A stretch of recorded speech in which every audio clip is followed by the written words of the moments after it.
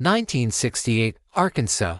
The Shea family arrives at their new home, a weathered farmhouse nestled deep in the woods.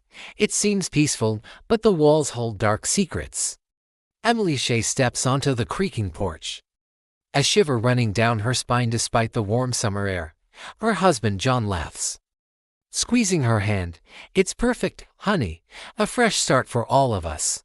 Their children, Tommy and Sarah, race past, eager to explore.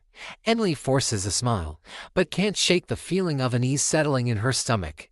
That first night, Emily lies awake, listening to the unfamiliar sounds of the house. A floorboard groans in the hallway. A shadow flickers across the wall. She nudges John, whispering, "Something doesn't feel right here." He yawns, pulling her close. "It's just an old house, Em. Give it time." But as days pass, the nights grow stranger. Emily wakes to heavy footsteps overhead, thundering across the attic floor. John investigates, flashlight in hand, but finds nothing but dust and cobwebs. "Maybe it's raccoons," he suggests, but his voice lacks conviction. One evening, as John heads to the bathroom, he freezes mid-step. At the end of the darkened hallway stands a tall, imposing figure, and naturally still, watching. John blinks hard, and when his eyes open, the apparition has vanished. He doesn't tell Emily, not wanting to fuel her fears. But he starts keeping a baseball bat by the bed, just in case. The house seems to come alive with malevolent energy. Glasses shatter on the kitchen floor, no one nearby. A heavy picture frame tilts of its own accord, crashing to the ground. Emily grows pale and jumpy, jumping at every creak and groan. "We need to leave," she pleads with John. "This place isn't right." He tries to rationalize, to explain away the inexplicable. Old houses settle. It's nothing to worry about. But doubt gnaws at him, especially when Tommy starts talking about the shadow man who watches him sleep. Then comes the final night. A warm breeze drifts through the open window, carrying a whisper. John Nick calls, barely audible. "Come closer." Half asleep, John follows the voice. The floorboards groan beneath his feet. The air grows thick, oppressive. Suddenly, an invisible force slams him against the wall. His head cracks against the plaster, and everything goes black. Emily's scream pierces the night. She finds John crumpled on the floor, a trickle of blood on his temple. Panic takes over. She grabs the children from their beds, drags John's unconscious form down the stairs. They pile into the car, tires squealing as Emily floors it down the dirt driveway.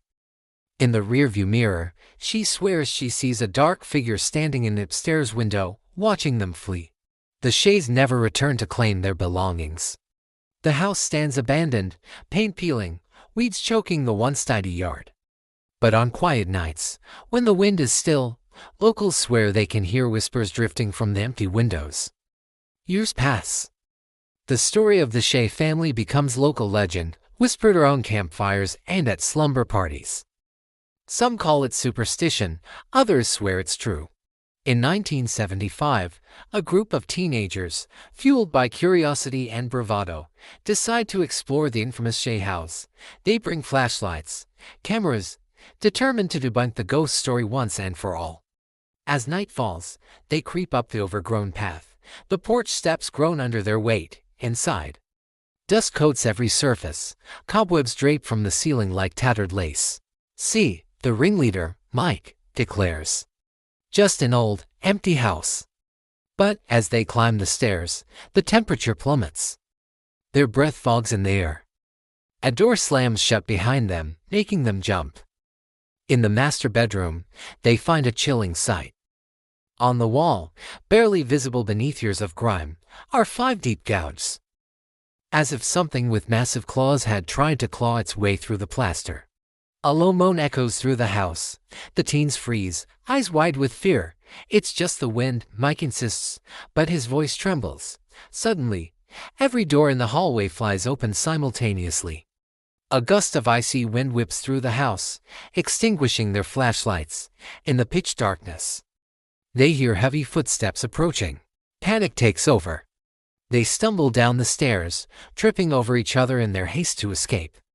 As they burst out onto the porch, gasping for air, Mike turns back for one last look. In the upstairs window, a face stares down at them. Pale, gaunt, with eyes like black pits. It grins, revealing rows of sharp teeth. Mike's scream echoes through the woods as they run, not stopping until they reach the safety of town. The next day, when concerned parents drive out to investigate, they find the house just as it always was, empty, silent, no sign of disturbance, but the teen's story spreads like wildfire. Soon, the county puts up no trespassing signs around the property. The road leading to the house is blocked off. The Shea house stands alone, a silent sentinel in the Arkansas woods. Some say the land should be cleansed, the house torn down. Others argue it should be preserved as a historical landmark. For now, it remains a reminder that some places carry darkness within their walls. A warning that not all fresh starts lead to happy endings. In the years since, there have been other sightings. Hikers claim to see lights in the windows on moonless nights. Hunters speak of a tall, shadowy figure stalking the surrounding woods. And sometimes, when the wind is right, people swear they can still hear whispers carried on the breeze, calling, enticing, promising. Secrets for those brave enough to listen. The Shea family's nightmare may have ended that fateful night in 1968, but for the house in the woods, the haunting goes on. A dark chapter in Arkansas history, forever etched in local lore. So if you find yourself driving down a lonely country road in Arkansas and come across an old, abandoned farmhouse, think twice before exploring. Some doors, once opened, can never truly be closed again.